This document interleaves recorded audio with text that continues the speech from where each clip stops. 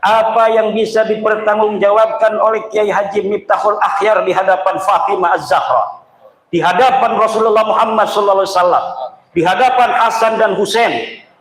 Dia telah menyakiti Rasulullah dengan mengakui orang yang bermaksiat, yang semua orang tahu kemaksiatannya, sebagai cucu dari baginda Nabi besar Muhammad SAW.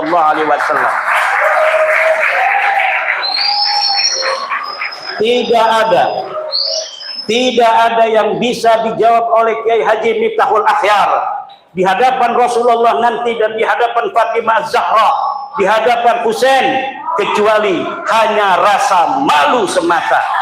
Yang akan hancur dan hina dina adalah orang yang merendahkan Nahdlatul Ulama dengan mengklaim-klaim sebagai pendiri Nahdlatul Ulama, tetapi sebenarnya dia bukan pendiri dari Nahdlatul Ulama. Ini saja yang kita doakan, hancur lebur.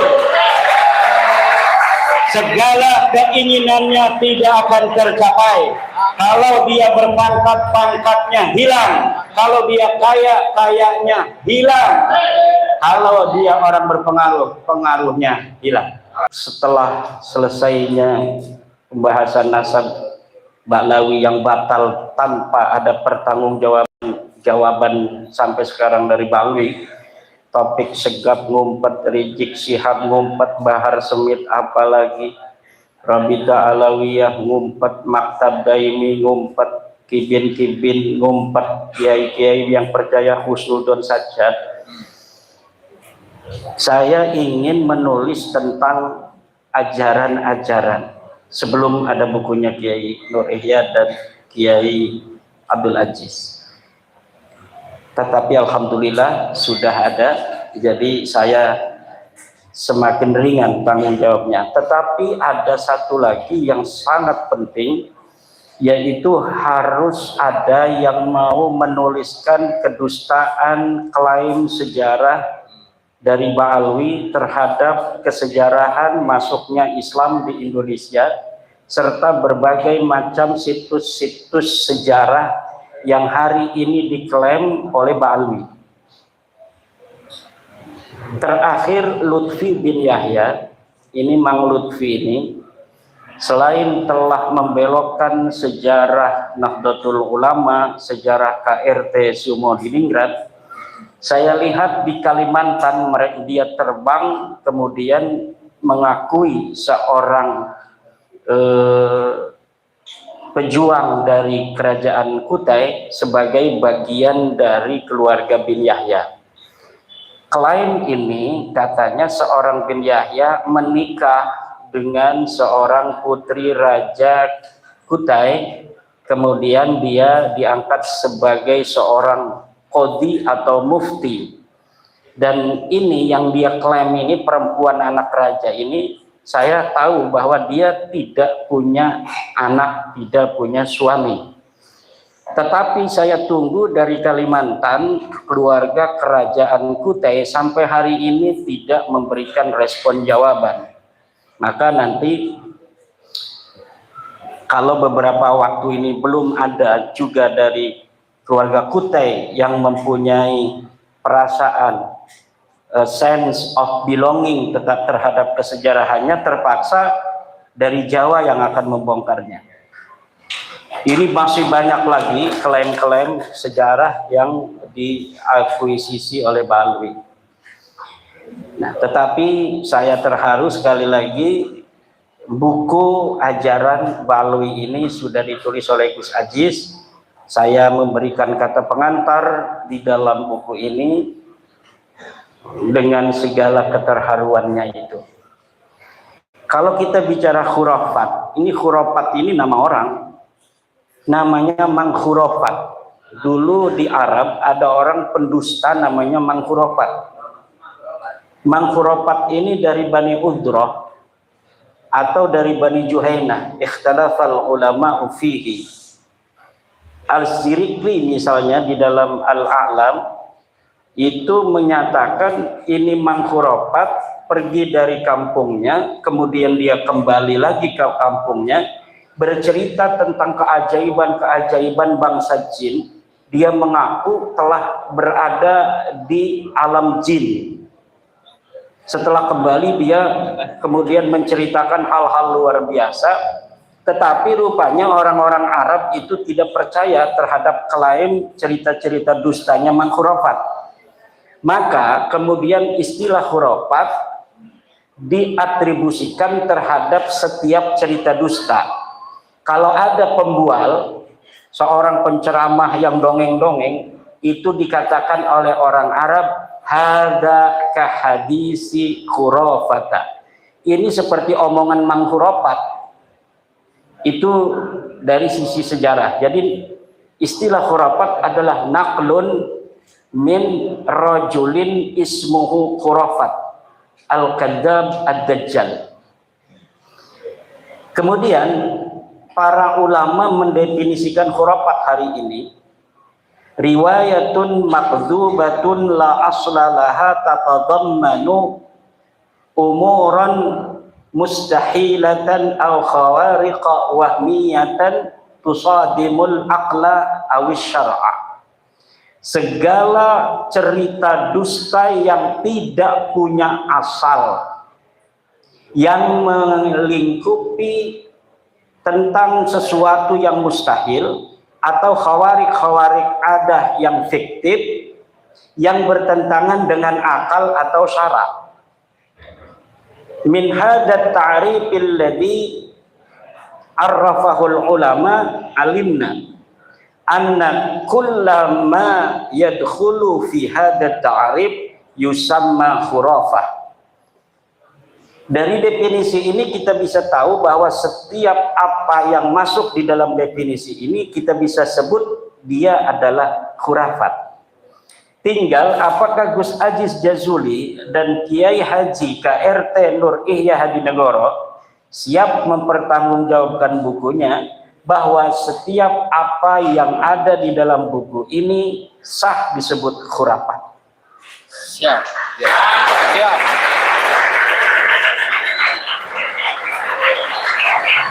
Pertama, al-iddia bi anna hada riwayatun makdzubah, bahwa apa yang ada dalam buku ini adalah riwayat dusta.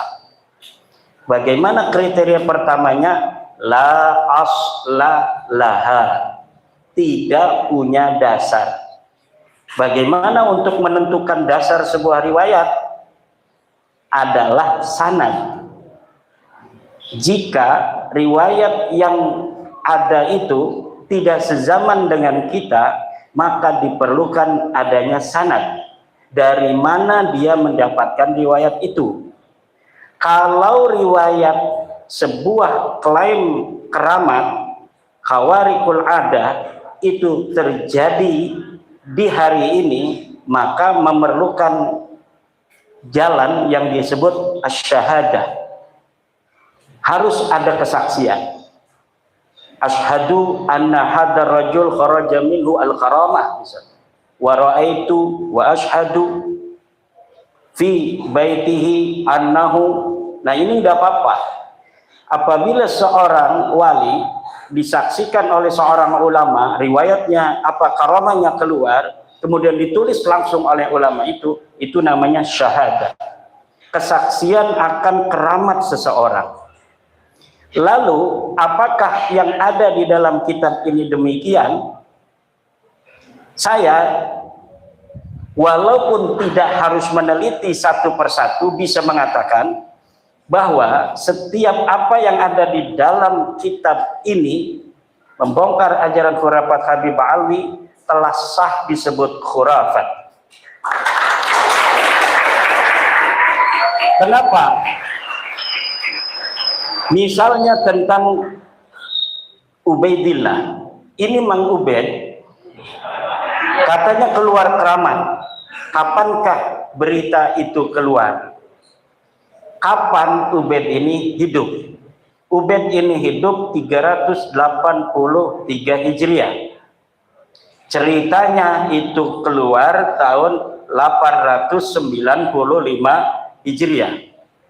Tidak ada sebelum 895 Hijriah dari Ali As-Sakron yang ada di Tarim yang menceritakan riwayat yang sama seperti riwayat yang diriwayatkannya tentang Ubaid yang ada di tahun 383 Hijriah.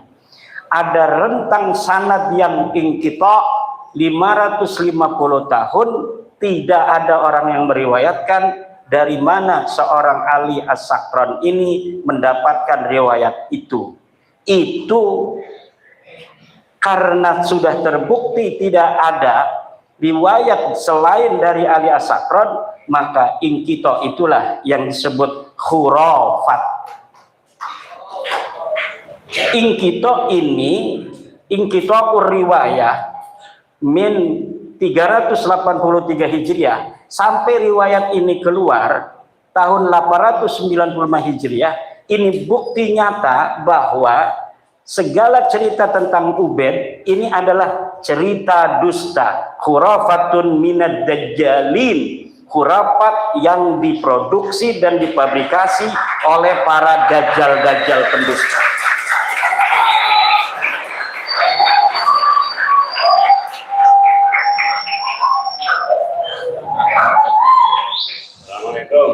Assalamualaikum.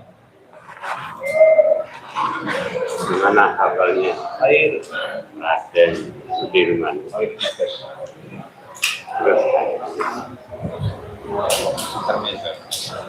Kemudian tentang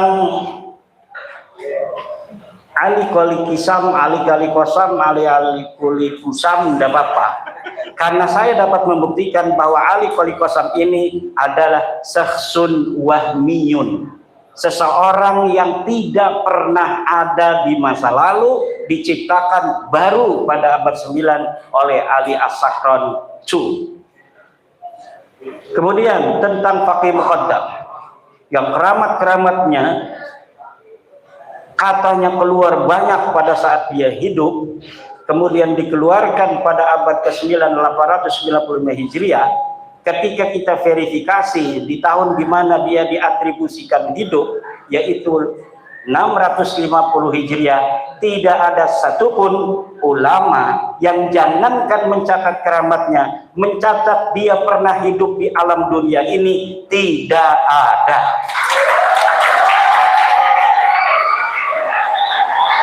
Ini adalah riwayatun makdzubatun la aslalaha, sudah sahih, sudah memenuhi syarat pertama bahwa al-khurafatu riwayatun makdzubatun la aslalaha, tidak ada asalnya. Kemudian tatadammanu umuran mustahilatan, yang mengandung perkara-perkara yang mustahil. Mi'raj dari Tarim ke Sidratul Muntaha unggal peting 70 kali. Iya umurun mustahilatun minal umuril mustahilat. Orang yang percayanya fasada aqluhu, apa? Fasada aqluhu. Karena khurafat juga secara etimologi ini mempunyai mustaq kharafa. Kharafa al-kha'u wal-ra'u wal-fa yustaqqu minhu ismun al-kharfu wa ma'nahu fasadul aqli. Rusak akalnya. Orang percaya khurafat wong edan. Orang yang percaya bahwa orang yang hidup di 650 mempunyai keramat tanpa ada sebuah kitab pun yang menulis namanya pernah hidup di alam dunia di hari di mana dia diatribusikan hidup, kemudian tiba-tiba muncul setelah 550 tahun, eta majnun, eta kumaha disebut majnun, nah kan eta babna husnudon lah, iya malain husnudon. Husnudon maka jalma anu datang ke urang, anu make nage ieu peci, make nage sajadah di bawah-bawah bae ku dia. Ku manehna bawa tasbih. Terus datang ke kita katanya mau silaturahmi. Kita husnudan, dari alamatul zawahirnya aja alamat orang-orang saleh kita terima. Ada orang datang bawa golok, saya mau silaturahmi. Kira-kira kita boleh nggak husnudon dengan orang itu? Nggak boleh. Nah, husnudon itu apa namanya di dalam bab-bab yang tertentu bahkan bisa kehukuman haram. Untuk sesuatu ma yata'allaqu bi Rasulillah sallallahu alaihi wasallam wa ahli baitihi, kita harus menerapkan sebuah tatanan yang harus ketat sehingga kesucian keluarga Rasulullah tidak bisa untuk dinodai oleh orang-orang dajjal semacam itu. Sudah dia mengaku cucunya, kemudian dia berbuat sesuatu yang sangat merugikan keluarga Rasul, berzina, mabok, masuk Kristen, sodomi dan lain sebagainya. Mereka kerjakan semua. Tidak ada sebuah kesesatan yang belum pernah mereka lakukan. Tidak ada maksiat yang tidak ada beritanya itu di media online. Semua jenis kemaksiatan yang ada di media online sudah pernah dilaksanakan semua oleh keluarga Bahlawi. Nah, lalu apa yang dibanggakan lagi oleh keluarga semacam ini yang menisbatkan dirinya kepada manusia suci Rasulullah Muhammad SAW, kecuali kita sedang menghinakan dan menyakiti Rasulullah Muhammad SAW.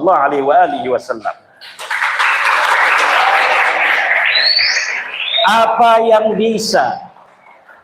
yang bisa dipertanggungjawabkan oleh Kiai Haji Miftahul Akhyar di hadapan Fatimah Az-Zahra, di hadapan Rasulullah Muhammad SAW, di hadapan Hasan dan Husain, dia telah menyakiti Rasulullah dengan mengakui orang yang bermaksiat, yang semua orang tahu kemaksiatannya, sebagai cucu dari baginda Nabi besar Muhammad SAW.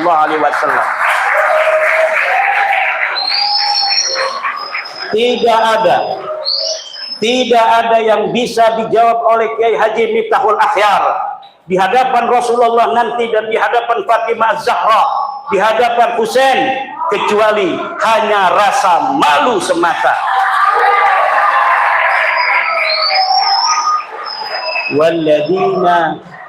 Walladzina yuduna Rasulullah lahum adzabun adim. Dan orang-orang yang menyakiti Rasulullah lahum adzabun adim, maka dia akan mendapatkan siksa yang memedihkan. Bukankah kita diajarkan di pondok pesantren turaku isbatil haq, hada mustalahul bantaniyin bi fathi ar-ra, kalau orang Jawa bi dhammar ra tu, tapi di Banten pakainya ronya harus dipatah. Turaku isbatil haq, metodologi menetapkan nasab, metodologi menetapkan kebenaran sudah ada di dalam kitab-kitab kita. Coba lihat Fiqhul Islami wa Adillatuhu karya Wahba Az-Zuhaili. Bagaimana turaku isbatil haq? Pertama bisyahada, bil yamin, bil nukul, bil iqrar, bisyahadah wal yamin. Ini cara kita ingin mengetahui kebenaran. Betul tidak kayak Abdul Qahar yang ngaku kemarin, misalnya saya habis ketemu dengan Presiden Prabowo.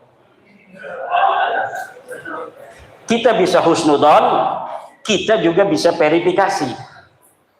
Kiai Abdul Qahar yang ngomong telah bertemu Presiden Prabowo kemarin, lalu kita mempertanyakannya harus apa? Harus memberikan bukti. Buktinya berupa apa? Satu, bisa berupa misalnya foto. Kalau foto hari ini bisa diedit video. Kalau video masih kurang, saksi. Oh ya, saya 2 orang menemani Kiai Abdul Qahar bertemu dengan Presiden Prabowo. Atau dengan sebuah nota keterangan dari set Wapres, Sekretaris Wakil Presiden, Sekretaris Presiden, di dalam YouTube-nya, Presiden menerima Kiai Abdul Qahar, Ketua Jatman Kota Tangerang. Itu namanya turaq isbatil haq. Kalau misalnya Kiai Abdul Qahar mengaku ketemu Presiden Prabowo, lalu kita tanya tentang buktinya, dia tidak memberikan foto, dia tidak memberikan video, kemudian ikrar dari sekretaris presiden tidak ada bahwa telah menerima seseorang bernama Kiai Abdul Qahar, Ketua Jatman Kota Tangerang. Lalu berdasar apa kita harus percaya kepada Kiai Abdul Qahar bahwa Kiai Abdul Qahar telah bertemu Presiden Prabowo? Di mana akal kita dan logika kita untuk mempercayai satu berita yang tidak bisa diverifikasi sama sekali kecuali dengan keyakinan? Emangnya ketemunya Prabowo dengan Kiai Abdul Qahar adalah merupakan rukun iman yang harus diimani tanpa harus diverifikasi? Kalau iman kepada Allah, Allah itu Tuhan, Allah ada, cukup kita imani, tidak perlu ada verifikasi. Di mana sebuah ijazah Allah sebagai Tuhan, siapa yang memberikan? Tidak perlu. Kalau Rasulullah Muhammad SAW mengaku menjadi nabi utusan Allah, mana bukti SK-nya dari Allah yang menyebut Nabi Muhammad adalah seorang nabi? Ketika memberikan SK itu berupa ijazah misalnya, siapa yang menjadi saksi? Siapa yang mempotret? Siapa yang memvideo? Tidak perlu. Karena itu adalah majalul iman. Kalau majalul iman cukup keyakinan. Kalau kita tidak yakin, kafir. Kalau nasab Balawi atau Kiai Abdul Qahar ketemu Prabowo, kita harus mengimani tanpa adanya bukti dan kita tidak boleh memverifikasi, cukup husnudzon saja. Apakah kita ingin dikatakan sebagai orang-orang yang bodoh yang menerima sesuatu yang kita sendiri tidak meyakininya? Wala taqfu ma laysa laka bihi ilm. Jangan engkau ikuti sesuatu yang tidak ada ilmu. Saya sudah tantang ini Balawi, mana kitab yang menyebutkan Ubaid anak Ahmad dari abad ke-4, 5, 6, 7, 8, tidak ada. Mana yang menyatakan Faqih Muqaddam itu seorang ulama? Katanya dia mujtahid mutlak. Imam Syafi'i yang hidupnya tahun 1150, wafat 205, kitabnya ada, muridnya mengakui pernah belajar pada Imam Syafi'i, kata-katanya dinukil, kitabnya juga ada, Ar-Risalah, Al-Um dan sebagainya. Lalu beberapa ratus tahun kemudian ada orang mengaku sebagai mujtahid mutlak, namanya Faqih Muqaddam, lalu kita tidak bisa mendapatkan kitabnya. Satu pun riwayatnya dia di dalam kitab fikih Syafi'iyah tidak disebutkan. Lalu berdasar apa kita harus meyakini, mengakui bahwa Faqih Muqaddam seorang ahli fikih? Jangankan seorang ahli fikih, seorang yang pernah hidup di alam dunia ini saja tidak boleh.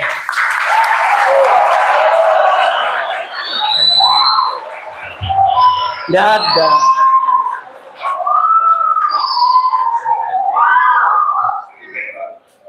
Ini riwayat itu adalah sanad, sesuatu dalam cara kita menetapkan kebenaran, mencari kebenaran itu ada metodologinya. Kalau sesuatu orang mencuri, kita menuduh dia mencuri, nggak boleh kita langsung sekonyong-konyong menuduh orang mencuri, maka kita akan dituduh mencemarkan nama baik. Kita pegang dulu syahadah dua orang yang menyaksikan dia mencuri, atau qarinah, karena ada isbatul haq bil qarinah, menetapkan kebenaran dengan qarinah walaupun ini sangat rendah. Kita meninggalkan kamar jam 2, hanya ada satu orang ini. Setelah 10 menit kita balik lagi ke kamar, uang yang kita tinggalkan itu hilang. Tadi kita keluar masih ada, kemudian kita masuk ada orang itu sendiri lalu hilang.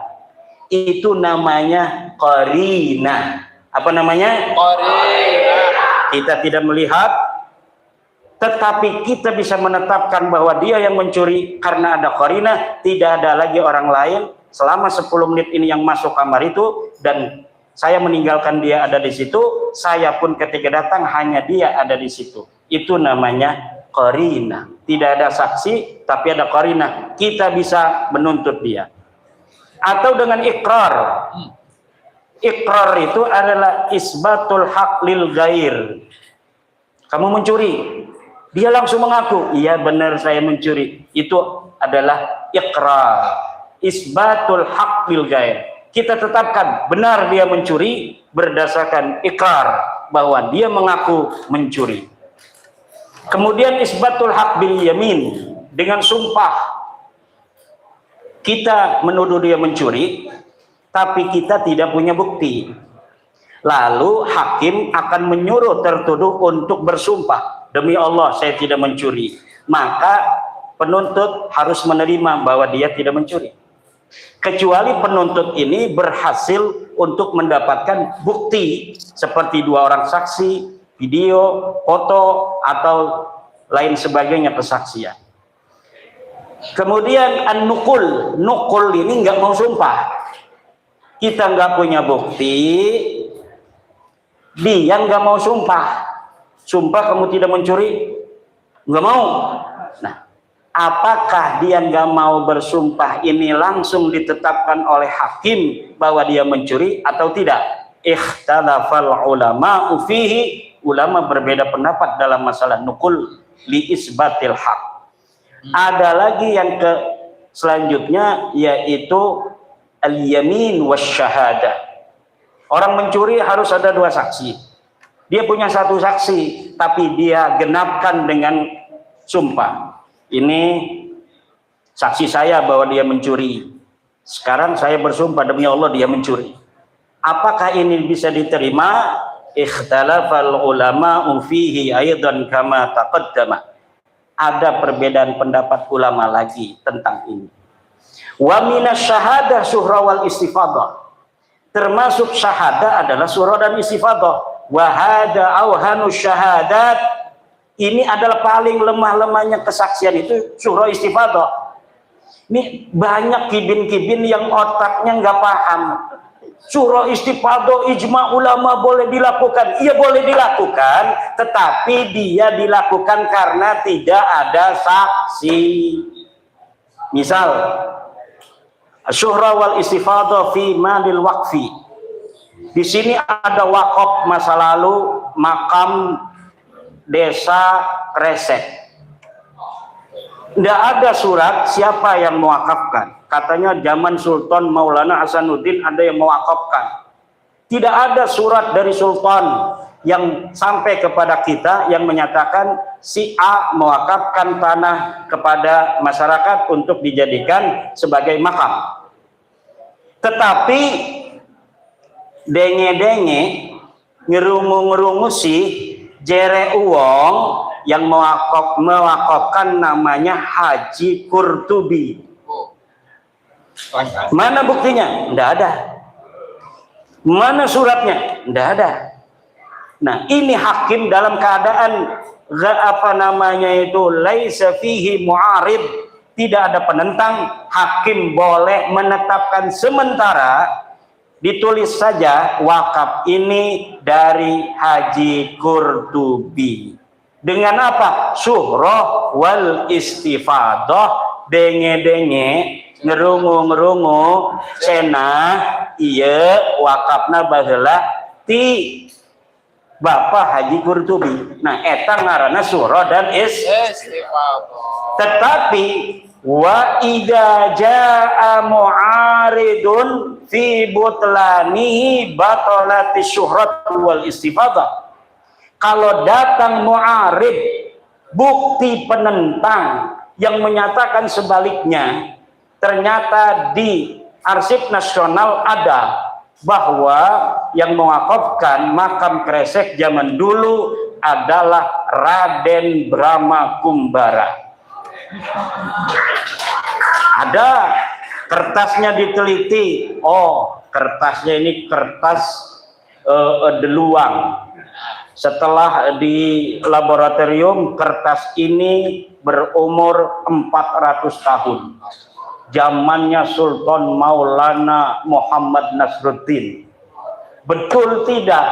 Brahma Kumbara, Raden Brahma Kumbara yang berasal dari kampung Cempaka, ini hidup pada masa itu. Diperkirakan sekian kertasnya. Setelah diteliti, kertas ini diuji laboratorium betul menunjukkan angka perkiraan daripada kertas itu masih ada di dalam ruang perkiraan umur kertas, maka bisa ditetapkan bahwa benar makam Kresek diwakafkan oleh Raden Brahma Kumbara berasal dari kampung Cempak. Lalu kesimpulan awal hakim berdasarkan suhrawal istifadah denge-denge eta kabar burung cena batal apa tidak? Batal. Walau ditetapkan hakim jadi batal, saudara. Kenapa batal? Tidak ada bukti, saudara. Kalau tidak ada bukti, kenapa kita harus percaya? Kalau mengklaim nasab harus ada bukti, harus ada buku, verifikasi, tes DNA. Kalau tanpa tes DNA tidak ada bukti, tidak ada verifikasi, bagaimana kita harus menerima, saudara? Ini yusadimul aqla wasyar'a ma'an. Nggak ada. Siapa ini yang bisa untuk menjawab khurafat-nya Ba'alawi, bahwa khurafatnya itu tidak sah disebut khurafat? Nggak ada. Karena kullu ma rawa Ba'alawi fi kutubihim yata'allaqu bi tarikhihim wa nasabihim muttahamun bil kadhibi kulli. Setiap riwayat Ba'alawi yang terkait dengan nasab dan sejarah muttahamun bil kadhib, itu dicurigai sebagai dusta al-bawwah, dusta yang murni. Maka sulit kita orang berakal bisa berpikir harus mempercayai Ki Abdul Qahar bertemu Prabowo katanya kemarin tanpa ada foto. Siapa yang nganter ke sana Ki Abdul Qahar? Gak usah tanya-tanya siapa yang nganter. Kamu percaya enggak? Kalau enggak percaya sama saya, kualat kamu. Ya enggak bisa begitu, Kiai. Katanya Kiai pengen diaku bahwa pernah ketemu Prabowo. Siapa saksinya? Kapan harinya? Kalau ngaku hari Senin, kita lihat Senin Prabowo ada di sana apa tidak? Ternyata Prabowo lagi ngelihat Nusa Tenggara Timur, saudara. Dia ngaku hari Senin, Prabowo-nya ada di NTT. Tidak bisa. Apa yang Anda akui, Anda klaim, ternyata palsu. Klaim Anda Kalau klaim Anda palsu, lalu Anda ingin dipercaya, silakan. Yang mau percaya kibin. Kalau kita enggak. Kita bukan kibin. Kita adalah orang yang berpikir tentang kebenaran, cara mencari kebenaran. Kita tahu. Kalau klaim ketemu Prabowo, bisa ada enggak di YouTube-nya sekretaris presiden, di koran ada tidak, fotonya ada tidak. Ya begitu aja tuh metodologi mencari kebenaran. Dan segala apa yang ditulis oleh Ba'alawi tentang nasab jangan dipercaya. Riwayatnya makdzubah. Riwayatnya makdzubah. Dan klaim-klaim dia tentang Prabowo, Pangeran Ponorogo bin Yahya, dusta. Tentang KRT Sumodoningrat adalah bin Yahya, dusta. Tentang bahwa mereka itu yang mendirikan Nahdlatul Ulama, dusta. Syekh Hasyim Asy'ari mempunyai guru-guru Ba'alawi banyak, dusta. Hanya satu, itu pun hanya guru hadis. Satu hadis saja, itu pun tidak mondok kepada dia. Ketemu di masjid begini. Orang zaman dulu Kiai ketemu nih sama Kiai Jazuli saya. Kiai, saya mendapatkan hadis dari guru saya di sana di Yaman, di Hadramaut. Namanya Syekh Anu, hadis tentang an-nadhafatu minal iman. Saya ikut ijazah Gus, an-nadhafatu minal iman. Kata Gus Aziz, saya ijazahkan kepada Kiai Imad riwayat hadis an-nadhafatu minal iman. Itu kiai-kiai zaman dulu kayak saya menerima satu hadis itu menulis bahwa dia pernah belajar kepada Kiai Aziz Jazuli. Mbah Hasyim itu pinternya sama Kiai Jawa. Mbah Hasim pinternya itu di Sidoarjo, di Tebuireng, di Mbah Holil. Mondoknya di Mekah pun kepada Syekh Mahfud Turmusi orang Termas. Kalau kepada Bali Balo ini ketemu-temu begini nih, sejam 2 jam kemudian ngobrol dapat hadis satu saja, Husain Al-Habsyi. Klaim yang lainnya asegap-asegap yang ditulis oleh Balawi itu bohong semua. Hanya Husain Al-Habsyi itu pun hanya satu hadis. Dan saya dapat pertanggungjawabkan ini. Siapa kibin-kibin yang mau mempertanggungjawabkan bahwa Mbah Hasim berguru kepada asegap itu, silakan datangkan buktinya. Tidak ada kecuali tulisan dan klaim masa sekarang ini yang ditulis oleh orang-orang yang tidak bertanggung jawab. Kalau tidak percaya, silakan buka kitabnya Mbah Hasim yang ditulis oleh cucunya Gus Hadik. Kitab misalnya Ziyadatut Ta'liqat. Siapa guru-gurunya Mbah Hasim di situ? Ditulis semua, dan itulah yang sesuai fakta. Tidak ada satupun Balawi ditulis oleh cucu Mbah Hasim sebagai gurunya Mbah Hasim.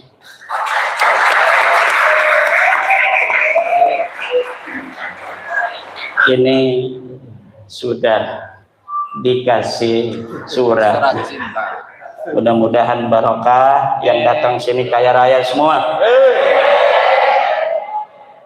Santri semua jadi kiai. PWNU saya doakan mudah-mudahan selamat sampai ke Jombang. Selamat Muktamar Nahdlatul Ulama ku tercinta yang ke-35. Pilih yang pengurus, rais am dan ketum yang cinta kepada Nahdlatul Ulama, cinta kepada warga Nahdiyin, yang lebih memuliakan kiai-kiai pribumi di atas Ba'lawi. Karena sesungguhnya Nahdlatul Ulama adalah organisasi kiai-kiai pribumi, bukan organisasinya Ba'lawi atau siapapun juga. Siapa kiai, calon pengurus yang memenuhi kriteria ini, kecintaan kepada Nahdlatul Ulama yang tiada tara, penghormatannya, memuliakannya kepada kiai pribumi di atas semua klan yang ada di Indonesia ini, pilih dia. Dan yang paling penting, jangan sakiti para pendiri Nahdlatul Ulama dengan tindakan-tindakan yang merendahkan Nahdlatul Ulama, termasuk di dalamnya money politik. Barokah untuk Nahdlatul Ulama dalam Muktamar ke-35. Nahdlatul Ulama saya yakin tidak akan hancur, tidak akan hina dina. Yang akan hancur dan hina dina adalah orang yang merendahkan Nahdlatul Ulama dengan mengklaim-klaim sebagai pendiri Nahdlatul Ulama, tetapi sebenarnya dia bukan pendiri dari Nahdlatul Ulama. Orang yang sengaja hari ini ingin menguasai Nahdlatul Ulama dengan uangnya, dengan kekuasaannya, kemudian dia ingin seseorang jadi rais am atau ketum untuk kepentingannya, ini saja yang kita doakan hancur lebur. Segala keinginannya tidak akan tercapai. Kalau dia berpangkat, pangkatnya hilang. Kalau dia kaya, kayanya hilang. Kalau dia orang berpengaruh, pengaruhnya hilang. Siapa yang mencintai ulama dari orang-orang kaya, biarkan, nyumbang aja kamu untuk muktamar, jangan mengharapkan pengaruh dari siapa yang akan jadi rais am dan siapa yang akan jadi ketum. Kalau kamu pejabat, kalau kamu penguasa, kalau kamu cinta Nahdlatul Ulama, kami doakan kamu barokah dengan syarat kamu tidak ikut campur untuk siapa yang harus jadi dari rais am dan ketum PBNU untuk kepentinganmu, karena Nahdlatul Ulama laha karamah, Nahdlatul Ulama laha karamah, Nahdlatul Ulama laha karamah. Bukan Nahdlatul Ulama yang akan hancur lebur. Dia yang berniat jahat pada Nahdlatul Ulama yang akan hancur lebur. Dia yang berniat jahat pada Nahdlatul Ulama yang akan hancur lebur.